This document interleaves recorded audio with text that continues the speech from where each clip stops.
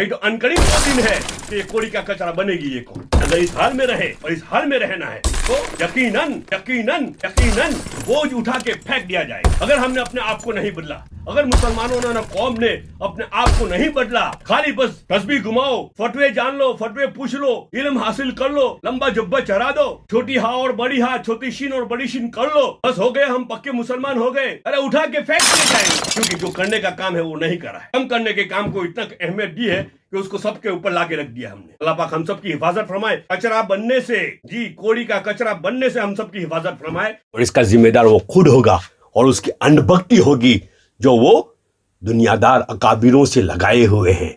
अकाबिर ने कह दिया, हमारे मौल साहब ने कह दिया ना, बस बात खत्म, जैसे पत्थर की लकीर, जैसे अल्लाह उसके रसूल ने कह दिया हो। अब ये अकाबिर अपने दुनिया के फायदे के लिए इसको सही इस्लाम बता रहा है, नहीं बता रहा है, गलत कर रहा है, उसको कुछ पता नहीं है, उसको कुछ